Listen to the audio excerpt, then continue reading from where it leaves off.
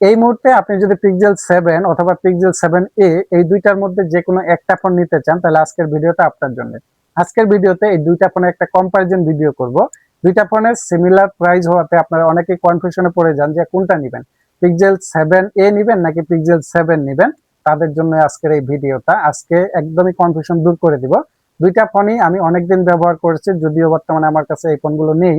তো ব্যবহারের যে অভিজ্ঞতাটা সেটাই মূলত আজকে আপনাদের সাথে শেয়ার করব। চ্যানেলে নতুন হলে অবশ্যই চ্যানেলটা সাবস্ক্রাইব করে ভিডিওটা দেখা শুরু করে দেন। প্রথমে যদি দুইটা ফোনের ডিজাইন এবং বিল্ড কোয়ালিটি নিয়ে কথা বলি, ডিজাইনটা সিমিলার থাকলেও বিল্ড কোয়ালিটির দিক দিয়ে পিক্সেল 7টা কিছুটা এগিয়ে থাকবে। পিক্সেল 7 এতে ব্যবহার করা হয়েছে 9 mm থিকনেস এবং ওয়েট ব্যবহার করেছে 193 গ্রামের মতো। IP67 এর ওয়াটার ডাস্ট অ্যান্ড রেজিস্ট্যান্ট থাকছে, অর্থাৎ পানি টানিতে পুট করে পড়ে গেলে কোনো সমস্যা হবে না।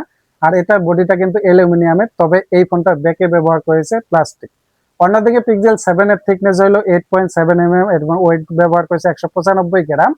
IP68 থাকছে এখানে, অর্থাৎ আইপি দিক দিয়েও এটা কিছুটা এগিয়ে থাকতেছে। আর এটাতে বডিটা কিন্তু অ্যালুমিনিয়ামের, ব্যাকে কিন্তু গ্লাস ব্যবহার করা হয়েছে, অর্থাৎ বিল্ড কোয়ালিটির দিক দিয়ে কিছুটা এগিয়ে থাকতেছে পিক্সেল 7। এখন যদি দুইটা ফোনের ডিসপ্লে নিয়ে কথা বলি, পিক্সেল 7a তে রয়েছে 6.1 ইঞ্চির একটা OLED display, 90Hz refresh rate এবং এটাতে ব্রাইটনেস হিসেবে ব্যবহার করেছে 1070 নিটস এইচবিএম ব্রাইটনেস, অর্থাৎ ইনডোর আউটডোরে আপনি অনায়াসে ব্যবহার করতে পারবেন। পিপিআই ডেনসিটি 431, এইচডিআর এ সাপোর্ট করে ডিসপ্লেটা, আর কর্নিং গোরিলা গ্লাস ভার্সন 3 ব্যবহার করা হয়েছে। অন্যদিকে পিক্সেল 7 এ ব্যবহার করা হয়েছে 6.3 ইঞ্চি একটা AMOLED display, 90Hz refresh, HDR 10+ support আছে এই ডিসপ্লেটা, অবশ্যই ফুল এইচডি প্লাস রেজুলেশনের ডিসপ্লে, পিপিআই ডেনসিটি 418 এবং এখানেও একটা কর্নিং গোরিলা গ্লাস ব্যবহার করা হয়েছে। ডিসপ্লে দিক দিয়ে কিছুটা এগিয়ে থাকবে অবশ্যই পিক্সেল 7টা, কারণ এখানে এইচডিআর 10+ সাপোর্ট থাকছে। এন্ড এটাতে কিন্তু মনে করেন যে পিপিআই ডেনসিটি একটু বেশি পাওয়া যাচ্ছে, আর ডিসপ্লেটা একটু বড় সড়ো। যদিও পিক্সেল যে 7 এর ডিসপ্লেটা আপনার কাছে দেখলে একটু খারাপ লাগতে পারে, কারণ এর চেইন বেজেলটা বেশ মোটা রাখা হয়েছে। অন্যদিকে পিক্সেল 7 এর ডিসপ্লেটা কিন্তু অনেক ভালো, দেখতে ভালো লাগে এবং কন্টেন্ট ওয়াচিং করে বেশ মজা পাবেন। তো অবশ্যই ডিসপ্লে দিক দিয়েও কিন্তু পিক্সেল 7টা কিছুটা এগিয়ে থাকবে। এখন আসি পারফরমেন্স সেকশন নিয়ে। দুইটা ফোনেই একই প্রসেসর ব্যবহার করেছে, গুগল টেনসর G2, একটাতে 5 ন্যানোমিটারের, একটা হলো 4 ন্যানোমিটারের।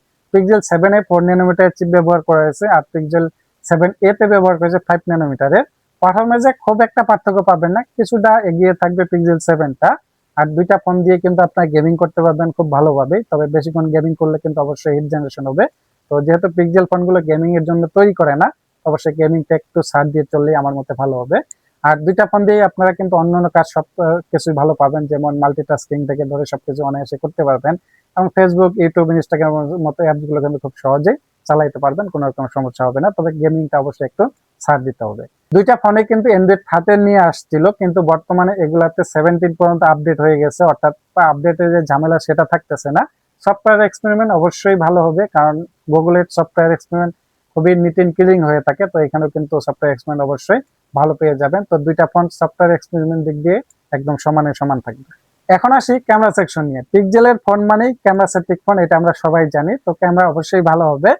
পিক্সেল 7 এতে ব্যবহার করা হয়েছে 64 মেগাপিক্সেলের মেইন ক্যামেরা, 13 মেগাপিক্সেলের একটা আলট্রা ওয়াইড ক্যামেরা, আর এটা দিয়ে আপনার সর্বোচ্চ 5x পর্যন্ত ডিজিটাল জুম করে ছবি তুলতে পারবেন। অবশ্যই কিন্তু অপটিক্যাল জুম না, অপটিক্যাল জুম করতে গেলে অবশ্যই টেলিফটো ক্যামেরা লাগবে, টেলিফটো এখানে ব্যবহার করেনি, অর্থাৎ ডিজিটাল জুম করতে হবে। আর এটা যে ছবিটা যখন তুলবেন তখন যে ব্যাকগ্রাউন্ড যে ব্লার করে, এটা কিন্তু আসলে সরাসরি ব্লার করে না, এটা আপনি যখন ছবিটা তুলবেন তখন কিন্তু একটা আর্টিফিশিয়াল ব্লার আনে তারা বসায় দেয় এই পিক্সেল ফোনের। এই জিনিসটা অবশ্যই আমার কাছে খারাপ লাগে। তো অবশ্যই এখানে যদি টেলিফটো ক্যামেরা দিতে ভালো হতো। তারপরও বাজেট বিবেচনা করলে অবশ্যই ক্যামেরা সেন্ট্রিক একটা ফোন এটা বলা যায়। আর এটা দিয়ে আপনি ভিডিও করতে পারবেন সর্বোচ্চ 4K 30fps পর্যন্ত। আর অন্যদিকে পিক্সেল 7 এ রয়েছে 50 মেগাপিক্সেলের মেইন ক্যামেরা, 12 মেগাপিক্সেলের একটা আলট্রা ওয়াইড ক্যামেরা, এবং এটা দিয়েও আপনি ভিডিও করতে পারবেন সর্বোচ্চ 4K 30fps পর্যন্ত। ক্যামেরার দিক দিয়ে কিছুটা এগিয়ে থাকবে মেইন ক্যামেরা দিয়ে পিক্সেল 7a, আর কিছুটা পিছিয়ে যাবে পিক্সেল 7টা। এখানে 50 মেগাপিক্সেলের মেইন ক্যামেরা, আর পিক্সেল 7a তে রয়েছে 64 মেগাপিক্সেল মেইন ক্যামেরা। ক্যামেরা পারফরমেন্সটা খুব একটা তফাৎ পাবেন না, তবে একটু এগিয়ে থাকবে পিক্সেল 7a। এখন আসি সর্বশেষ ব্যাটারি সেকশন নিয়ে। পিক্সেল 7a তে রয়েছে 4385 mAh একটা ব্যাটারি, আর 20 ওয়াটের একটা ফাস্ট চার্জার। অন্যদিকে পিক্সেল 7 এ রয়েছে 4355 mAh একটা ব্যাটারি এবং 30 ওয়াট একটা ফাস্ট চার্জার। ফাস্ট চার্জারের দিক দিয়ে পিক্সেল 7 কিছুটা এগিয়ে থাকবে। এখন কথা হচ্ছে এই দুইটা ফোন আপনি যদি মার্কেটে কিনতে যান, সেটা পিক্সেল 7a যদি হয় তাহলে আপনি পিক্সেল 7 এর চাইতে 2000 টাকা কম পাবেন। আর যদি পিক্সেল 7 হয় তাহলে অবশ্যই আপনাকে পিক্সেল 7 এর চাইতে 2000 টাকা বেশি দিয়ে কিনতে হবে। এখন কথা হলো যে আপনি কোনটা নেবেন, আমাকে বললে আমি সরাসরি বলবো পিক্সেল 7 নিব। কেন নিব সেটা বলে দেই। পিক্সেল 7 এ ব্যাকে গ্লাস ব্যবহার করা হয়েছে, আর অন্যদিকে পিক্সেল 7a তে প্লাস্টিক। এটাও বড় কথা নয়, বড় কথা হলো যে পিক্সেল 7 এর যে ডিসপ্লেটা, এটা কিন্তু খুবই ভালো একটা ডিসপ্লে, চিন বেজেলটা ন্যারো রাখা হয়েছে।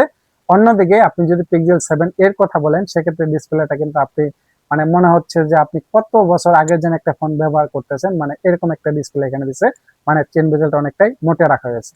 তাছাড়া ওভারঅল সবকিছু সিমিলার পারফরমেন্স করবে, পারফরমেন্সের দিক দিয়ে, প্রসেসর দিক দিয়ে কিন্তু সেম রাখা হয়েছে। তো আশা করি আপনারা বুঝতে পারছেন যে কোনটা কার জন্য ভালো।